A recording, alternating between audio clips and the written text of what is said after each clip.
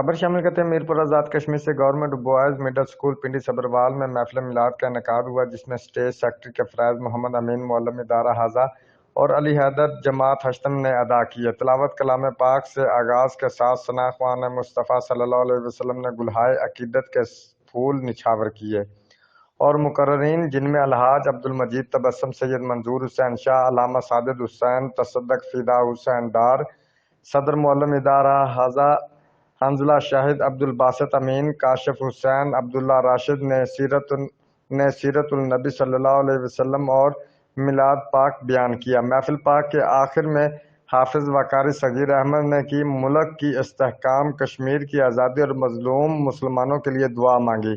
Report Raja Shaukat, Jio express news, Mirpur Azad Kashmir.